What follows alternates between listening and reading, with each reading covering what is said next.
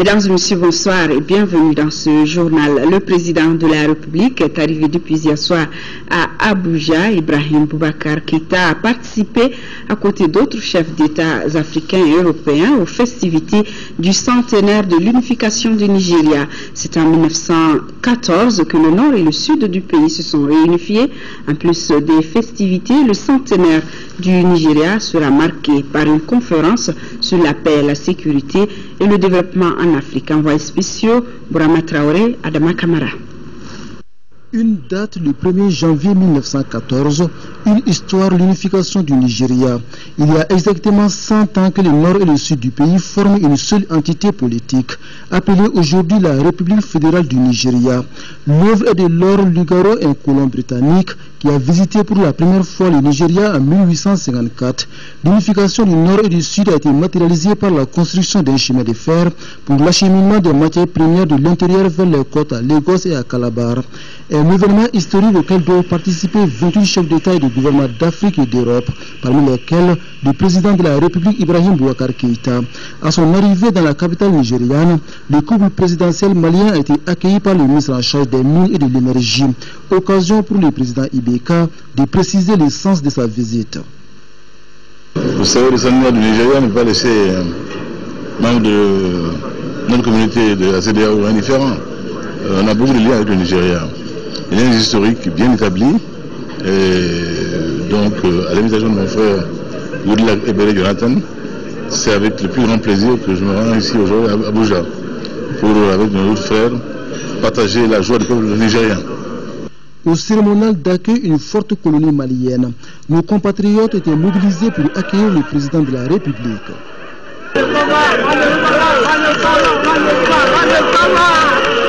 En marge des festivités du centenaire du Nigeria, une conférence sera organisée sur la sécurité, la paix et le développement en Afrique. Cette conférence, dit-on ici, s'inscrit dans la ligne du sommet sur la paix et la sécurité en Afrique. Un sommet tenu les 6 et 7 décembre 2013 à l'Élysée. De quoi justifier la participation du président français François Hollande à la conférence d'Abuja. Le gouvernement malien se penche sur la formation et l'emploi. À cet effet, le cadre partenarial d'orientation et de suivi de l'emploi et de la formation professionnelle a tenu sa première session. Elle va faire le diagnostic et déboucher sur une meilleure appréhension de la situation de l'emploi et de la formation professionnelle dans notre pays. Cette première session était présidée par le Premier ministre Al-Husseini Touré. L'emploi et la formation professionnelle figurent de nos jours parmi les préoccupations du gouvernement. Aussi, une politique conséquente a été élaborée pour faire face à ces deux enjeux majeurs de notre temps. Il est heureux de constater que notre pays s'est doté de cadres référentiels à travers l'adoption d'une politique nationale de l'emploi, d'une politique nationale de formation professionnelle, avec comme objectif de disposer d'une vision sur le sujet et des programmes et projets cohérents pour contribuer au recul du chômage et de la pauvreté. Les statistiques en matière d'emploi et d'employabilité des couches laborieuses de notre pays sont plus qu'éloquentes sur la nécessité de prendre le sujet à bras-le-corps. Les statistiques récentes ont révélé que les diplômés en situation de chômage sont au nombre de 86 558. Le taux d'absorption de diplômés par le marché de l'emploi est de 11,73%. 20% des enfants n'accèdent pas au système éducatif formel, alors que notre pays connaît un taux de croissance démographique de 3,6%. 80% des effectifs de l'enseignement technique et professionnel sont dans des établissements privés où les formations sont à dominante tertiaire. Enfin, près de 32% de la population active travaille dans le secteur informel non agricole avec une insuffisance de qualification. Ces chiffres nous interpellent tous et exigent de nous un changement de comportement, des approches novatrices et davantage d'efforts de mutualisation. Et le Premier ministre a déjà tracé la voie à suivre, celle qui mènerait à une résorption significative du chômage, du sous-emploi et une formation professionnelle à la hauteur des défis actuels. C'est à cela que va s'atteler le cadre partenarial d'orientation et de suivi de l'emploi et de la formation professionnelle. La session du cadre partenarial d'orientation et de suivi de l'emploi et de la formation professionnelle qui nous réunit aujourd'hui procède du souci d'offrir aux acteurs publics et privés de l'emploi et de la formation professionnelle un espace de dialogue de haut niveau, de partage et de prise de décision sur les questions qui touchent l'emploi, le développement des qualifications des ressources humaines dans notre pays et la problématique de la certification et de la validation des acquis professionnels. Les thématiques qui seront abordées lors de cette session sur les défis et les perspectives de l'emploi et de la formation professionnelle, sur la certification et pour un meilleur partage du programme décennal de développement de la formation professionnelle pour l'emploi, doivent permettre non seulement de mesurer les efforts entrepris, d'apprécier les acquis et les faiblesses, mais aussi d'analyser les écueils pour nous projeter dans l'avenir. Le chef du gouvernement a également annoncé la réunion prochaine des bailleurs de fonds pour le financement d'un programme destiné à l'emploi et à la formation professionnelle avant de procéder au lancement du site du cadre stratégique www.emploi.gouv.ml. Le gouvernement malien s'explique sur la prorogation des mandats des conseils communaux, des conseils de cercle, des conseils régionaux et du conseil du district de Bamako. C'était au cours d'un point de presse animé par le ministre porte-parole du gouvernement. Le compte-rendu de Amadou Sankari. 24 heures après la décision du gouvernement de prolonger pour une durée de 6 mois à compter du 27 avril 2014 les mandats des organes délibérants des collectivités territoriales, le ministre de l'Emploi et de la formation professionnelle, porte-parole du gouvernement, rencontre les journalistes. Au cours de ce point de presse, le ministre Babi a expliqué les raisons qui ont amené le gouvernement à prendre cette décision. Les assises nationales sur le Nord, ces assises ont donc fait des recommandations dans le sens de la réconciliation nationale, dans le sens de l'organisation, et j'insiste là-dessus, dans le sens de l'organisation d'élections inclusives, avec le retour des personnes déplacées, donc les déplacés internes, et le retour des réfugiés. Vous savez que les populations qui sont déplacées, que ce soit à l'intérieur du territoire national ou à l'extérieur, sont en train de retourner actuellement en grand nombre. Donc c'est vraiment dans le souci d'impliquer aussi ces personnes dans ce processus-là que nous avons décidé de proroger les mandats des élus des collectivités territoriales. À la question de savoir si cette position du gouvernement ne fait pas suite au début de pourparlers avec les groupes armés, le ministre répond. Ce n'est pas du tout ça la motivation. Je donne l'information, ce n'est pas ça. Enfin, le ministre porte-parole du gouvernement a invité les journalistes à plus de rigueur dans le travail d'informer pour la consolidation de la démocratie dans notre pays en phase de stabilisation. La phase 2 du projet gestion intégrée des ressources en eau vient d'avoir un financement pour sa mise en œuvre. Un prêt de plus de 24 millions de francs CFA est accordé par la Banque mondiale aux 4 États membres de l'OMVS. Le projet en question va appuyer 450 000 personnes dans les 4 pays du bassin du fleuve Sénégal et dans plusieurs domaines de développement. Le compte rendu de Ramata Konati. C'est un prêt de plus de 24 milliards de francs CFA que la Banque mondiale accorde aux 4 pays membres de l'OMVS, dont le Mali. Ce financement est destiné à la seconde phase du projet de gestion intégrée des ressources en eau PGIR. Ce projet cadre effectivement avec les besoins du Mali à la base, puisqu'il portera sur le renforcement des moyens des populations dans la zone du bassin, en donnant des moyens pour l'agriculture, des centaines d'hectares à irriguer, des moyens pour la pêche, des moyens pour l'élevage, mais également des moyens pour renforcer les autorités locales, avec aussi un important volet sanitaire. Le projet pour lequel nous signons aujourd'hui les accords bénéficiera à 450 000 personnes dans les 4 pays du bassin du fleuve Sénégal et directement à près de 135 000 personnes au Mali. Ici, les bénéficiaires sont entre autres les cercles de Kaï, Bafoulabé, Yelimani et Kita.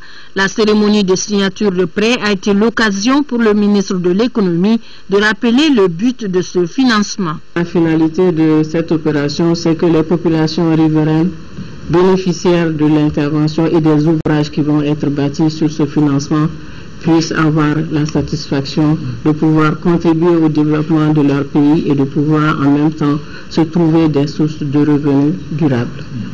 Cela est très important et je pense que le volet environnemental aussi en matière de pilote qui s'ajoute à cela ne peut être que salué par un pays sahélien. À rappeler que les pays membres de l'OMVS sont la Mauritanie, la Guinée, le Sénégal et le Mali. Lancement du plan de réponse stratégique 2014-2016 pour le Mali. C'est une stratégie triennale qui intègre des projets humanitaires pour la prise en compte des millions de personnes vulnérables dans les domaines de la santé, de l'éducation, de la sécurité alimentaire. Mamoudou Sidibé. Le plan de réponse stratégique 2014-2016 pour le Mali est une stratégie triennale qui intègre des projets humanitaires. Ces plans remplacent les appels de fonds consolidés dénommés CAP, lancés en 2012 et en 2013 au Mali. Au cours du lancement, le coordinateur humanitaire a fait un rappel des réalisations de 2013.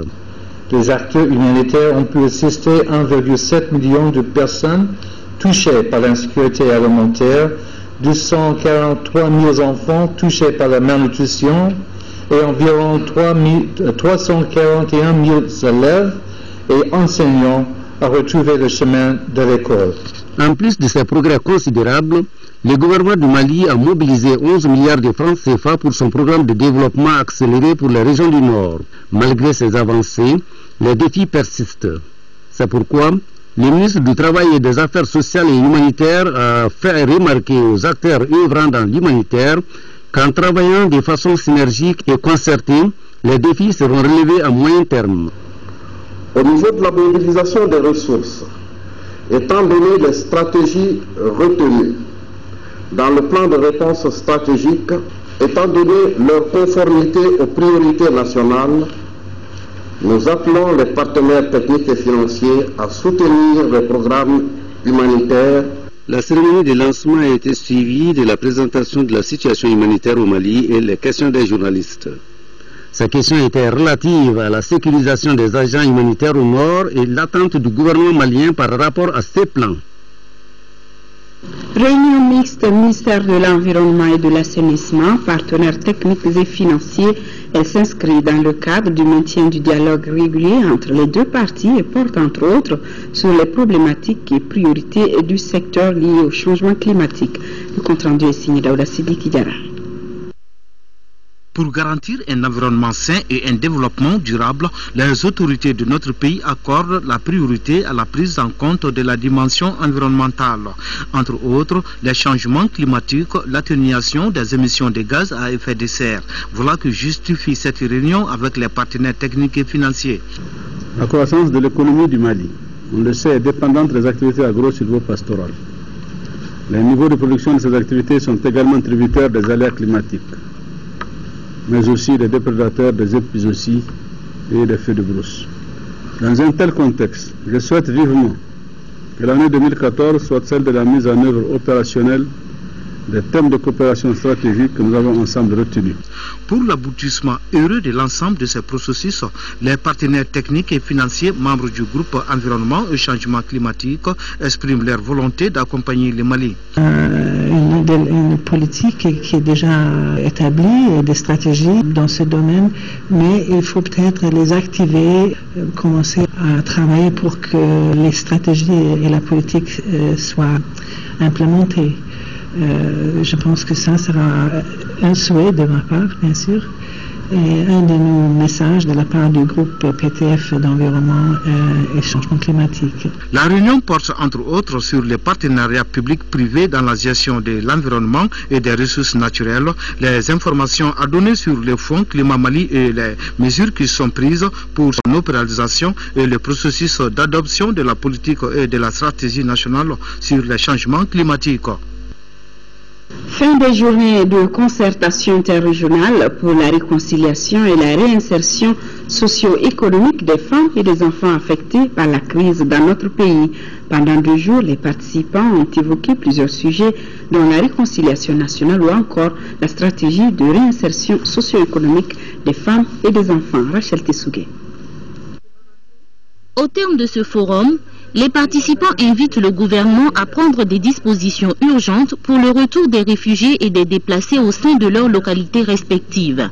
Ils souhaitent une prise en charge psychosociale et médicale des femmes et des enfants victimes de violences et affectés par la crise. On cherche la paix et on aime que les Mali. Et on préfère aussi que ça sera vite. On a tout perdu et on est dans le besoin. Et pour la microfinance des AGR, nous souhaitons que ce soit des financements solides qui peuvent vraiment apporter l'autosuffisance durablement par les femmes. Le gouvernement promet de tout mettre en œuvre pour améliorer les conditions de vie des femmes affectées par la crise. Le gouvernement est à l'écoute des femmes et le gouvernement fera tout pour que les femmes entrent dans leurs droits, le droit de vivre chez elles, le droit de faire des activités génératrices de revenus, le droit d'améliorer leurs conditions sociales, le droit d'améliorer leurs conditions physiques, le droit d'être paisible, de vivre paisiblement dans leur famille et avec leur famille. Pour le renforcement et l'instauration du pouvoir traditionnel, les participants souhaitent l'implication des communicateurs traditionnels, le conseil de famille et le dialogue interreligieux. Le ministre français des droits des femmes, porte-parole du gouvernement, Najat Vallaud-Belkacem, est en visite au Mali. Elle était l'hôte à déjeuner de son homologue malien, Sangaré Oumouba. Occasion pour les deux ministres de revenir sur la coopération qui existe entre les deux pays et aussi sur le rôle de la femme dans un pays en situation de post-crise. Daisy Soko, compte rendu.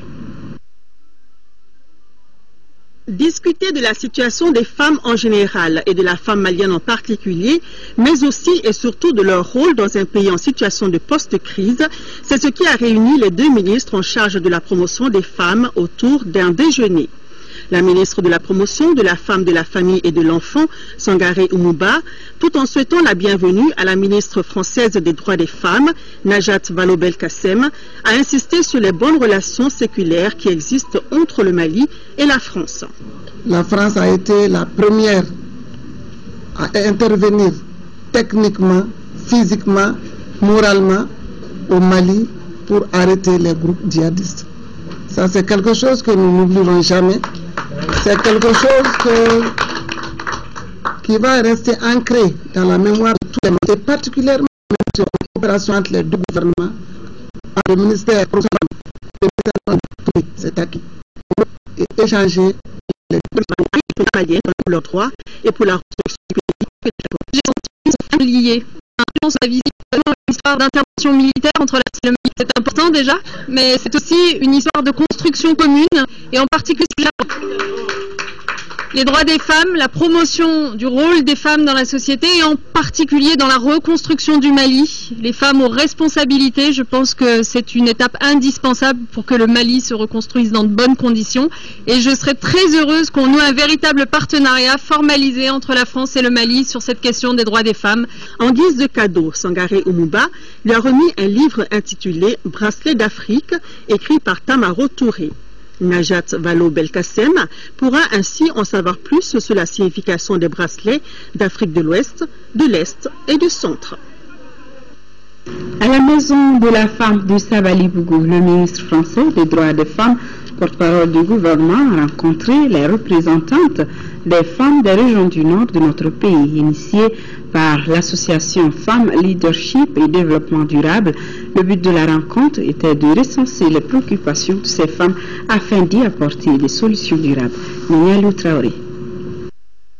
Après la crise, c'est le moment de penser les blessures, de faire en sorte que cette étape douloureuse de votre pays soit un lointain souvenir.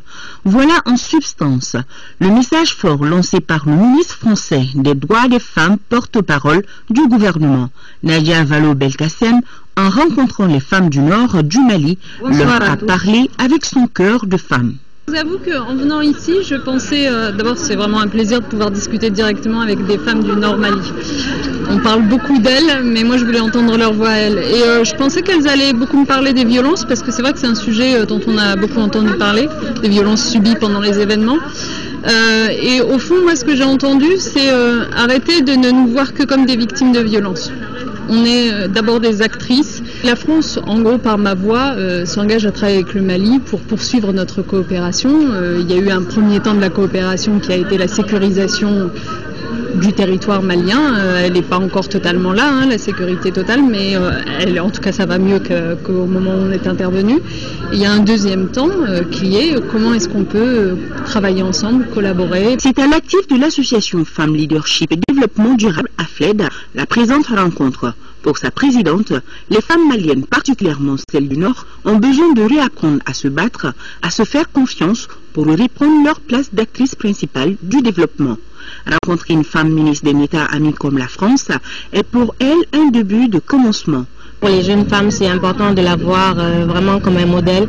Une jeune femme de 40 ans qui occupe un tel niveau de responsabilité pour le gouvernement, aussi de rencontrer les femmes déplacées qui sont ici à la maison de la femme, d'échanger avec elles pour prendre leurs préoccupations et nous parler aussi de ce qu'elle fait en tant que ministre pour nous permettre de l'inspirer de son travail.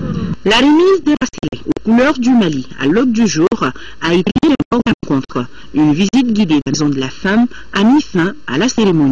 À noter que l'AFLED a pour axe d'intervention la santé, l'entrepreneuriat et la scolarisation des filles et que l'un de ses objectifs est de promouvoir la participation des jeunes femmes et filles dans la promotion des droits de la femme. Najat Vallaud et son homologue malien ont participé à notre cérémonie. C'est la signature de mention par 45 villages d'une convention de la synergie d'action par le gouvernement, la communauté internationale et la société civile de la faveur de l'excision dans 45 localités aujourd'hui. Et Fatoumata Kone. Nous nous engageons à bannir l'excision dans nos communes. C'est en ces termes que Adlaï Sissoko, chef de village de Kenyeba Berela, s'est adressé à l'assistance. Propos qui illustrent l'engagement des notables de 45 villages à travers la signature de conventions. D'où le thème synergie d'action par les gouvernements, la communauté internationale et la société civile afin d'accélérer la réalisation de la tolérance zéro féminine. Dans les sociétés qui respectent le droit et la dignité de l'homme. Il s'agit de trouver les stratégies nécessaires pour que les gens soient convaincus eux-mêmes des conséquences de la pratique et qu'ils décident eux-mêmes de son abandon, en tout cas de sa diminution progressive. Et je suis sûr qu'avec cela, nous allons arriver à la tolérance zéro. Cette cérémonie s'inscrit dans le cadre de la célébration de la journée internationale de l'abandon de l'excision, célébration qui coïncide avec l'arrivée de la ministre française des droits des femmes. Madame Nadjat rappelle au respect des droits des femmes. Le premier des droits des femmes, c'est de ne pas subir d'atroces souffrances pour cause de tradition. Le premier des droits des femmes, c'est de ne pas, quelques années plus tard, enfanter dans la douleur, parce qu'on sait bien à quel point l'excision laisse des stigmates et des séquelles pendant des années et des années. Une autre action a précédé cette signature de convention. Il s'agit de l'engagement d'une centaine de villages concernant l'abandon de l'excision.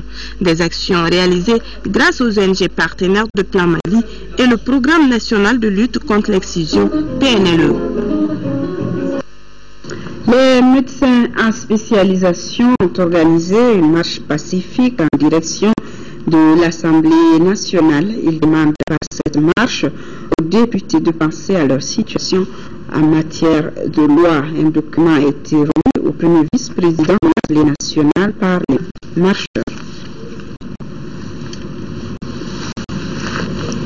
Situation des droits de l'homme au Mali, on en parle, c'est le thème d'un rapport du Conseil des droits de l'homme des Nations Unies. Le rapport en question couvre la période de juillet à décembre 2013 et repose sur les constats d'un expert indépendant du Conseil des droits de l'homme des Nations Unies qui a séjourné pendant quelques semaines dans notre pays.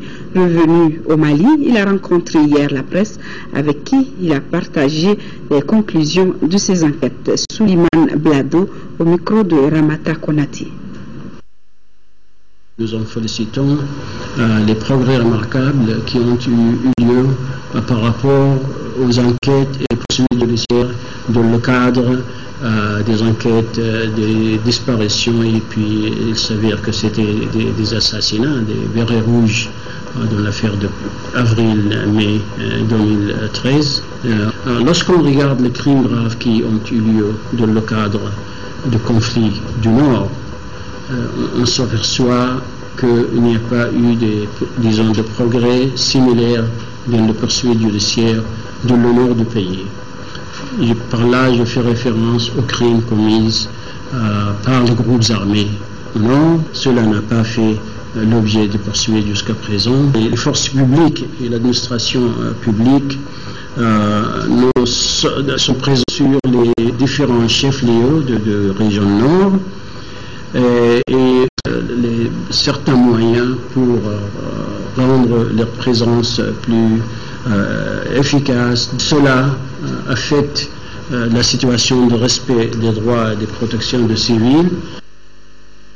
La française est en visite au Mali. Il a rencontré cet après-midi son homologue malien, le général Pierre de Villiers, qui a eu une séance de travail avec son homologue malien, se dit satisfait des efforts déjà déployés pour la stabilisation de notre pays. Le chef d'état-major des armées françaises est au micro d'Agali Agagissa.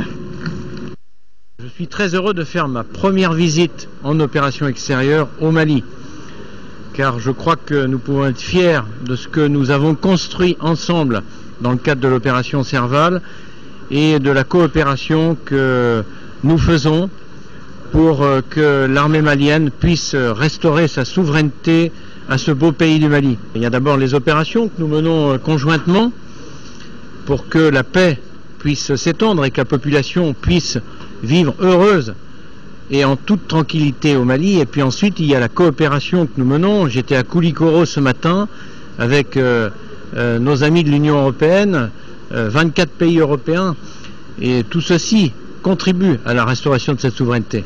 Il y a 3 bataillons maliens qui ont déjà été formés. On est en train de faire la 4e formation de bataillon.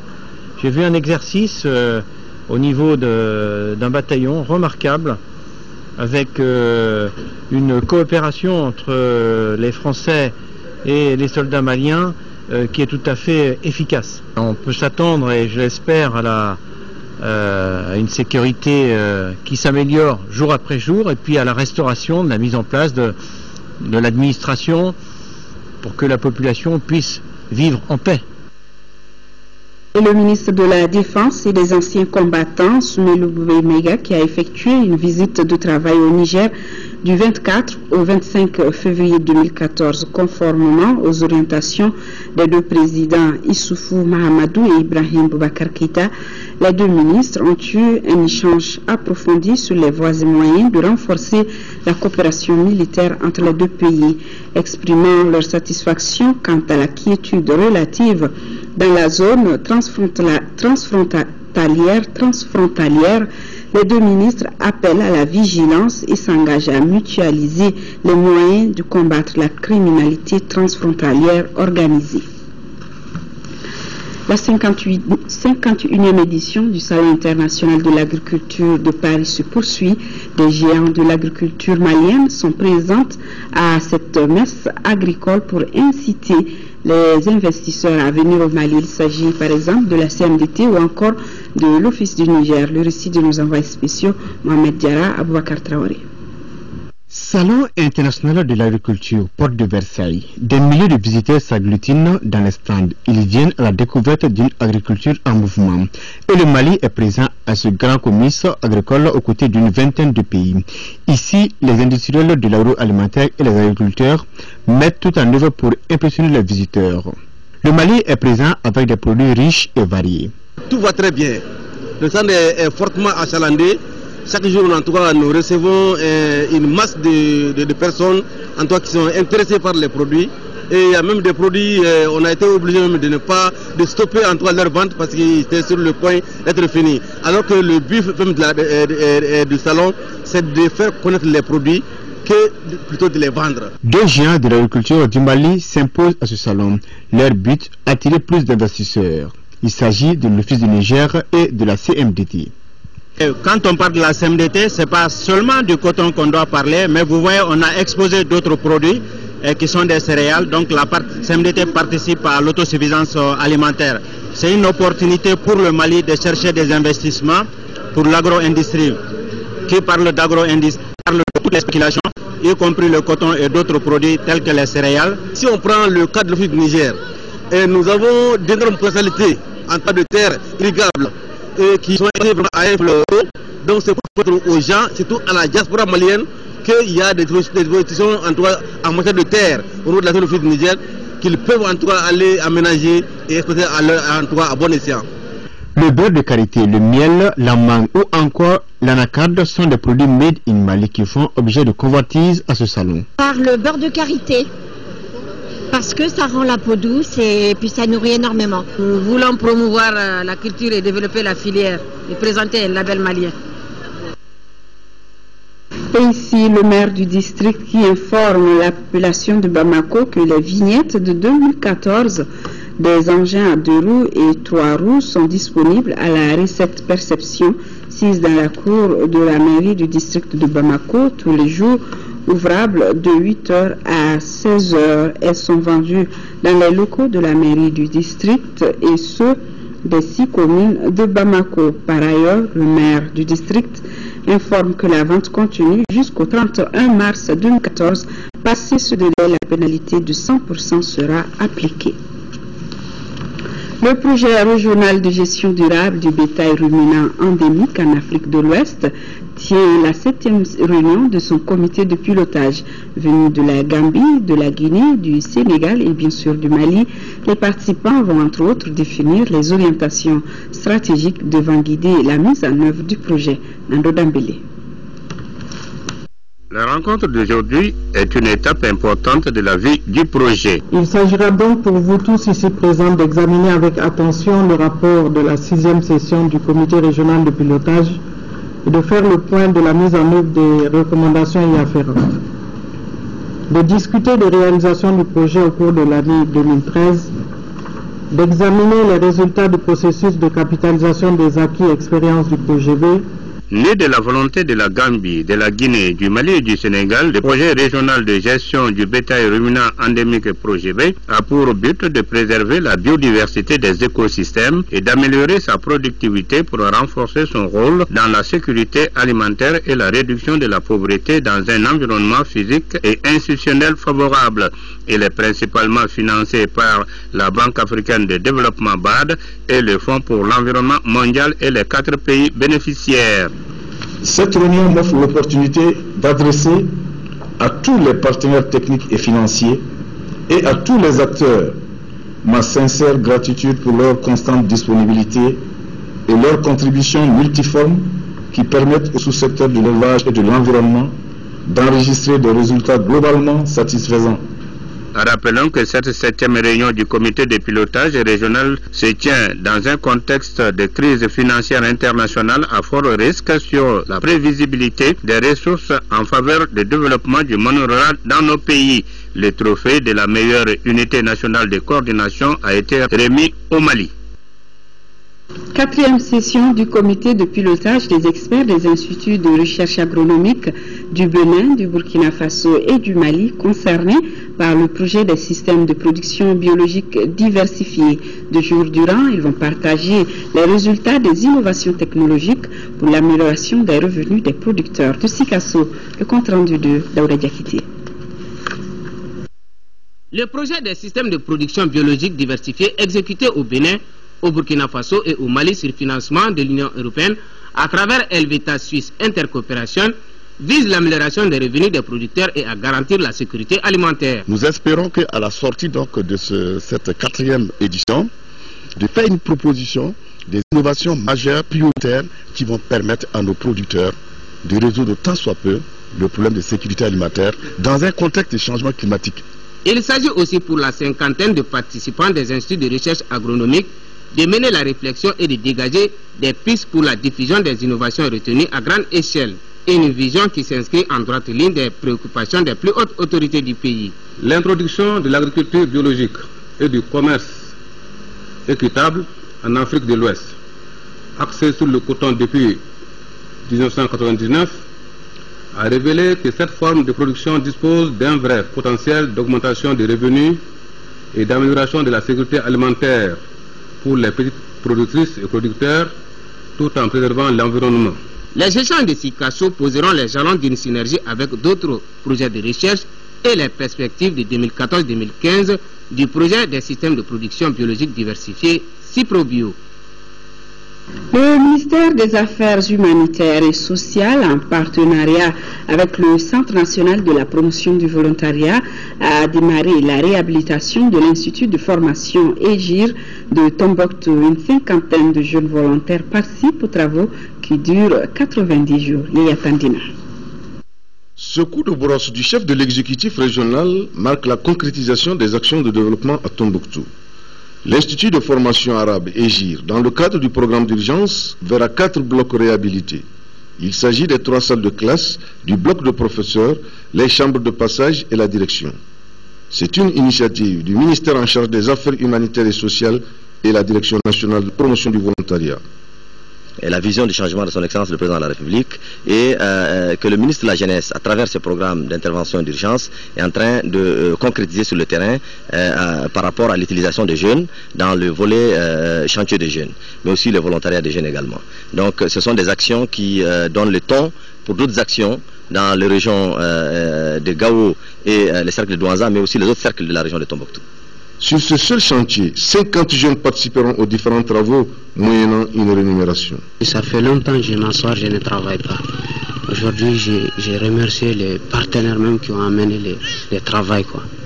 Nous invitons d'autres partenaires ou une autre partie du gouvernement de voir comment ils peuvent nous appuyer pour la finition, parce qu'il y a d'autres restes à faire encore pour cet établissement qui tient en première ligne au niveau de Tombouctou. L'expertise de l'entreprise Sandy Construction sera mise à profit pour former les jeunes à travers la main-d'œuvre locale. Communiqué dans ce journal, dans leur déclaration générale au terme de la Journée internationale de la Tidjania tenue au CICB le 8 février, les choutes du Mali ont recommandé l'organisation d'une journée nationale de prière dans toutes les mosquées et zaouïas sur l'étendue du territoire le dernier vendredi du mois de février. À la veille de ce vendredi désormais mémorable du 28 février 2014, le bureau exécutif du COFENAT exhorte l'ensemble de la communauté musulmane au respect rigoureux de cette recommandation pour un Mali apaisé et réconcilié. L'Institut français du Mali a accueilli ce matin la présentation publique de création chorégraphique, un projet initié par l'association Donko Seko dans le cadre de l'accompagnement professionnel des jeunes chorégraphes africains. Mythe sans limite et Mouvement Boom sont les titres des différentes pièces présentées. Bonne soirée. 2 fois 30 minutes, c'est le timing de cette création inédite répartie entre 2 artistes chorégraphes évoluant en solo. Mythe sans limite de la Tunisienne Oumaïma a été la première représentation proposée au public. Une œuvre atypique sur les limites du corps, de l'espace et du temps. À travers cette pièce, le spectateur est séduit par une quête acharnée de l'artiste pour se défaire des obstacles et entraves des systèmes imposés. Une lutte vitale drapée dans un grillage haute couture. Au finish, l'artiste se livre à un duel entre construction et destruction. Je suis à ma 2e étape de travail. Donc j'ai déjà commencé une étape de travail en Tunisie. Après j'ai fait 2 semaines à Dakar. Et là ça fait presque un mois que je suis à Bamako. Sur le plancher, sur la scène. C'est comme un espace, un univers spécial que je construis, que je mets déjà en exposition au départ, vu que je ne suis pas sur scène au départ. Et après c'est moi qui le gère, c'est moi qui le détruis. Mouvement Boom du Burkinabé Jean-Robert a été la 2e création de danse contemporaine. Contrairement à la tunisienne, ce jeune chorégraphe joue à travers une série de mouvements pour avoir un équilibre sur le plancher. Déplacement, position d'instabilité entrecoupée de poses, voilà le concept de cette représentation. Mouvement Boom parce que je me dis que chaque déplacement qu'on mène dans la vie, voilà, dans nos sociétés, les déplacements qu'on mène, c'est un mouvement. La parole, c'est un mouvement. Donc ici, il était important pour moi d'aborder cette notion de mouvement, mais qui est assez large dans son explication, dans son sens et tout. Ce plateau chorégraphique est une création de Donko Seko sous la direction artistique de Kekli Noël après une résidence d'1 mois. Les 2 pièces seront présentées dans le cadre de la triennale Danse l'Afrique Danse en 2015 à Ouagadougou. Très beau spectacle et bon vent aux jeunes artistes. Sport, football, les lampions se sont éteints ce matin au stade Mamadou Konaté sur le tournoi de la paix, de l'amitié et de la solidarité en football. Comme par bonheur, le Mali remporte le tournoi en battant le Burkina Faso en finale 2-0. Le compte rendu, c'est avec Siragatou Sissé. C'était écrit. Le Mali s'adjuge la médaille d'or du tournoi de la paix, de l'amitié et de la solidarité. En effet, les Aiglons du Mali, ici en jaune, ont bien négocié le dernier battant le Burkina Faso 2-0. Grâce à Moussa Sissoko d'une frappe croisée à la 31e et Baklé Dieudonné d'un tir croisé à la 70e minute. 2 buts de classe à rééditer en mai prochain lors des éliminatoires de la CAN Junior Sénégal 2015 contre cette même équipe du Burkina Faso. Avec 2 victoires, le Mali termine en beauté le tournoi premier devant le Burkina Faso 1 victoire, 1 défaite et le Sénégal 2 défaites. Les Aiglons du Mali enlèvent donc la médaille d'or, les étalons juniors du Burkina Faso la médaille d'argent et les Lionceaux du Sénégal la médaille de bronze. Ce tournoi a permis de renforcer les liens séculaires existants entre les peuples. Aujourd'hui, nous sommes satisfaits de voir que des sportifs burkinabés, maliens, togolais se rencontrent pour fraterniser. Et je pense que c'est ainsi que nous allons en tout cas construire nos différents pays, et j'allais dire construire l'Afrique. Mon homologue Diarra a bien fait d'inviter en tout cas tous les athlètes afin que nous puissions fraterniser. L'idée qui nous a amenés au Mali, la paix, la réconciliation, nous l'avons démontré. L'Afrique l'a démontré. Je pense que nous devons tout faire pour préserver cette notion-là et pour qu'on l'inculque jusqu'à nos petits-enfants. Et pour que l'Afrique émerge. Pendant 6 jours, les équipes du Mali, de Burkina Faso et du Sénégal en football ont effectué une revue de troupes dans l'optique des joutes à venir. En tennis de table, c'est la Chine qui termine première au classement général et le Bénin remporte la médaille d'or chez les filles. Kumbanyambele. Après 4 jours de compétition chez les dames en poule unique de 7, dans cette compétition de tennis de table, c'est la béninoise Akaderi Zeada qui remporte la première édition du tournoi de la paix, de l'amitié et de la solidarité devant l'Algérienne Kessassi Rania par le score de 3-7-0. Pourtant, la confiance n'y était pas au début. Après avoir commencé le match, j'ai peur et j'ai dit qu'elle va me battre. Mais on a fait la première set, j'ai dit qu'elle n'est pas forte. J'ai dit que je vais la battre et je l'ai fait. Chez les garçons en individuel, nous avons assisté à une finale 100% chinoise. Ici, Wang Yao en rouge est face à son compatriote Chiao Jinze. Un match serré qui voit la victoire de Wang Yao en 3-7-0. Au classement général par pays, la championne du monde en titre du tennis de table, la Chine termine première, suivie de l'Algérie deuxième, troisième le Togo, la Guinée occupe la 4e place, le Sénégal et le Burkina Faso finissent respectivement 5e et 6e. En ce qui concerne notre pays, le Mali, il termine dernier du tournoi. J'ai été vraiment ravi de voir comment la jeunesse africaine, la jeunesse mondiale, parce qu'il y a même la Chine, s'était retrouvée ici autour de la table, autour du ping-pong, pour magnifier l'amitié, la solidarité entre les peuples. Et vous avez vu dans cette salle remplie de jeunes scolaires, de jeunes de tous bords, comment les jeunes se sont amusés et ont pris du plaisir à découvrir cette discipline qui n'est pas forcément très connue du public malien et pourtant nous pouvons aussi avoir des à travers le monde. Il faut rappeler que pour cette première édition du tournoi de la paix, de l'amitié et de la solidarité, la compétition de tennis de table avait réuni 6 équipes plus le Mali ici à Bamako afin de soutenir la paix à travers le sport. Le tournoi de la paix, de l'amitié et de la solidarité qui vient de prendre fin au Palais des Sports de Bamako. L'événement était présidé par le Premier ministre Omar Tatamli, en présence donc du Premier ministre. En finale basket, la Côte d'Ivoire a battu le Mali par le score de 64-37, nous signale Assa Soumari. Les détails c'est dans vos éditions de demain. Demain, vous aurez Amara Mali Diallo à 10h et 13h, Nina Lou Traoré pour les éditions du soir. Merci d'avoir été des nôtres. Excellente nuit à tous.